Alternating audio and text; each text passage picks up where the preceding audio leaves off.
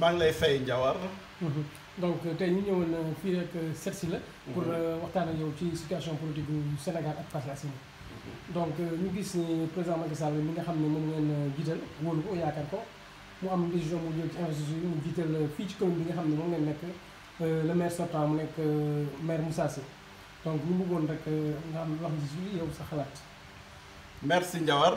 yaakaar naa ne avant ñu investir Moussa Sy gisoon nga ne parti bi fii nii au niveau des Parcelles Assainies dañu bañoon ba tëdd si suuf wante bi nga xamante ne suñu kilifa wax na muy président Macky Sall dañ koo nangul parce que nag ñun dañu am culture militantisme ba tax na dañu am également discipline de parti ak discipline de la coalition ba tax na biñ ko investir effectivement ñu nangul loolu président Macky Sall gannaaw ba nga xamante ne ni waxtaan nañ ci ak moom donc ñu nangul ko fas yéene dëgg-dëgg topp si ndigalam li nga xamante ne digle na ko Parcelles Assainies muy que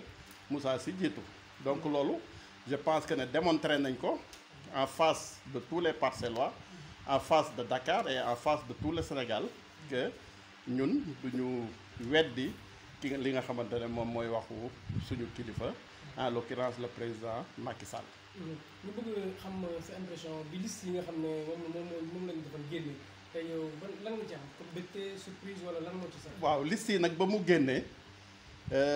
sentiment de désolation laa ci am ak de déception parce que nag xam nga Moussa le maire sortant n'est pas n'importe qui nga xamante ne da nga def ñaari mandat député doon PCA doon maire pendant presque 14 ans yaakaar naa ne kilifa gu mag nga ci biir réew mi amoon naa yaakaar ne la ñu waxanteeg moom dana ko respecté bi nga xamante ne investir nañ ko te ñun ñu doon bañ avant biñ ko investiré man bokk naa ci ñu njëkk a def vidéo pour dire que voilà on va suivre les instructions du président Macky Sall sinon ne la ma woo ne ma dama bëggoon ñu waxtaan par rapport ak liste bi ñu war a defar ma ne ko d'accord bi yàlla defee ñu gisee ñu juboo ci 25 titulaires ak 25 suppléants ci liste bi bon ma woo samay kilifa en l'occurrence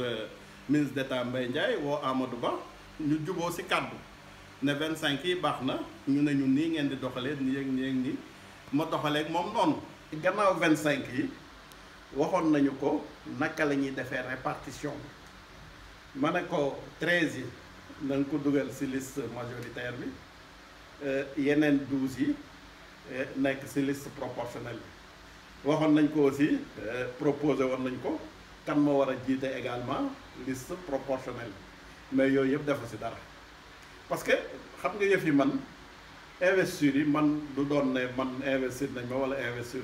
ma personne n'est pas importante mais c'est l'APR qui est important parce que man ala kulli haal man déjà fa ma dugal noonu 3e sur la liste majoritaire pour que bu ñu gagné mu mën a dem ville de Dakar man jaru ko parce que ala kulli haal man ni ma toll ci Dakar yàgga doon mandataire u département Dakar ala kulli haal man danañ ma investir ci liste ville de Dakar donc c'était pas nécessaire donc daal li ñu bëggoon ci liste bi yépp ak li ñu waxante woon ak moom respecté wu ko waaw mu ne ma voilà danañ leen jox 25 yoo xamante ni dans des positions éligibles mais bi liste bi génnee man gis naa ci loo xamante ne ni dëgg-dëgg waroon na ak li mu waxoon te loolu du cëram man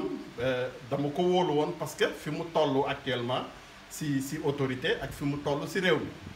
donc par rapport à ça man yaakaaroon naa ne li mu digleeg ñun dana ko def ni mu ware mais à ma grande surprise j'ai vu que ne sur la liste majoritaire gis naa ne daanaka 4 personnes lañ fa am ci liste proportionnelle bi ñu am fa également 5 personnes yoo xamante ne ni si en cas de victoire ñoom danañu éligible donc muy 9 au total donc loolu doon loo xamante ne ni daanaka insulte la ci parti bu day ni APR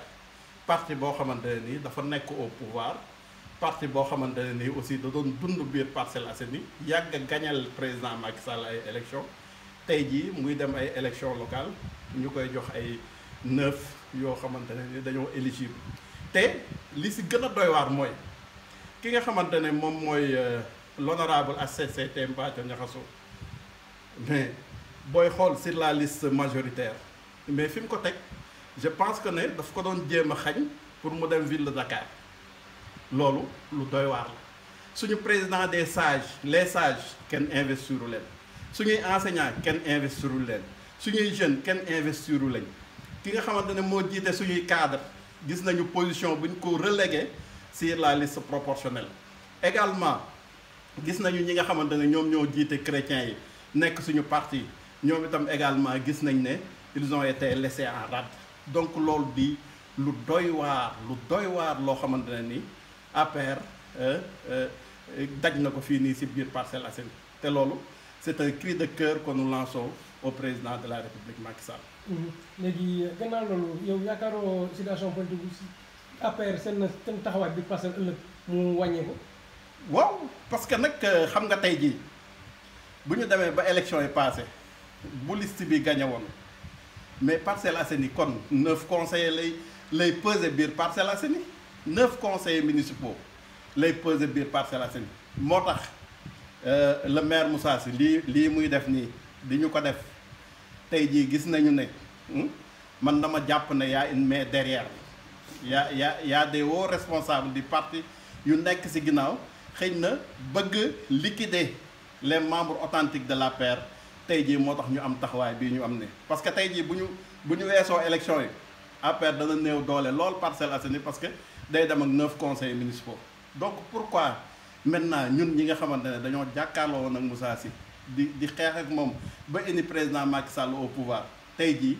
ñu bëgg ñoo nasaxal bëgg ñoo liquider au détriment de kii donc loolu ma ne lu doy waar la te loolu président de la République war na cee wax war na cee jóg parce que nag tey jii damay rappeler benn mbir gis nga Moussa Sy mii nii tey moo ñu poussé woon à la sortie ñoo bokkoon PDS moo ñu pousse boobu mi ngi ànd ak Pape Diop ñun ñu ànd ak Macky Sall ñu di ñu xeex ba poussé ñu jusqu'au dos au mur ba loolu tey jii moo indi ñun ñu dàq ministre d'État Mbaye Ndiaye mairie Parcelles dàq ko assemblée nationale boobu maa ngi rappelé wu bu baax président Macky Sall jóge këram ñëw kër ministre d'État keroog ba ma jëlee parole dama ne président Macky ñun dey génn nañu PDS bés ni ku tey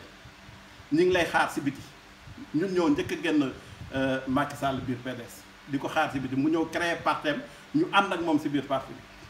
bi di liggéey ba toll fii tey suñu moomeel boobu ñu liggéey ba yegg ci fii ñu yegg ci ak liñ ci daj yépp